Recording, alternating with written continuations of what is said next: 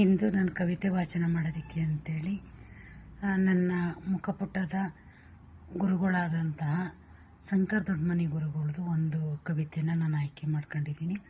ಕವಿತೆಯ ಶೀರ್ಷಿಕೆ ನನ್ನೊಲವು ಅಂತೇಳಿ. ಸೋಲುವುದು ನನಗೆ ಹೊಸತೇನಲ್ಲ, ಸೋಲುತ್ತಲೇ ಇರುವೆ. ಸೋಲುವುದು ನನಗೆ ಹೊಸತೇನಲ್ಲ, ಸೋಲುತ್ತಲೇ ಇರುವೆ. ನಿನಗಾಗಿ ನಿನ್ನೊಲವಿಗಾಗಿ ಪ್ರತಿ ಬಾರಿಯೂ ಸೋಲುವೆ. ನಿನಗಾಗಿ ನಿನ್ನೊಲವಿಗಾಗಿ ಪ್ರತಿ ಬಾರಿಯೂ ಸೋಲುವೆ. ನನ್ನ ತೊರೆದು ಹೋಗುವ ನಿನ್ನ ಭಾವದಲ್ಲಿ ನೀ ಗೆದ್ದಿರಬಹುದು. ನನ್ನ ತೊರೆದು ಹೋಗುವ ನಿನ್ನ ಭಾವದಲ್ಲಿ ನೀ ಗೆದ್ದಿರಬಹುದು.